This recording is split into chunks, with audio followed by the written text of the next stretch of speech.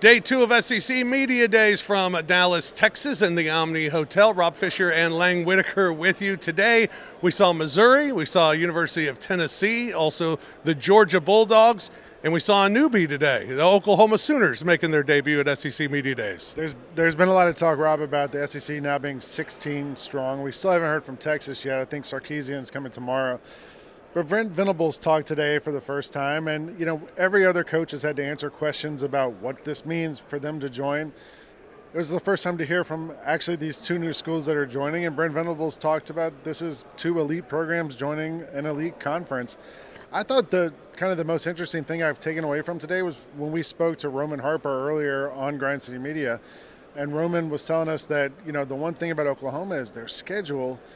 They're going to be impactful, whether they're good or bad, really, because they play everybody. They play Alabama, LSU, Tennessee, Texas, Missouri, Auburn. They play a tough slate.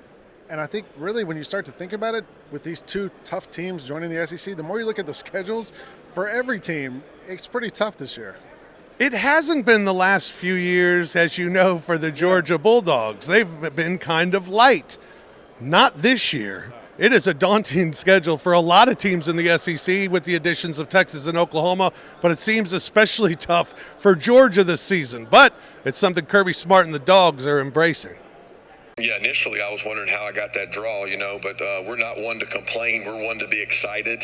I think when you step into the shoes of a University of Georgia football player, you accept that challenge is going to be there. I mean, we kind of embrace that, and we love it. I mean, what you didn't get to mention is that we open with Clemson, too, who's one of the top teams in the top programs in the country. So, we're really excited about that.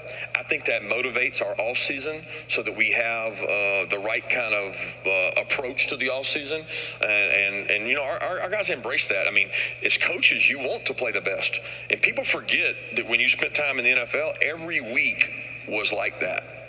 So when Texas and Oklahoma came into the conference, every schedule was going to get harder. It wasn't going to get easier. It's going to get harder, and we embrace that. We look forward to it, and excited for the challenge to go to some really tough places.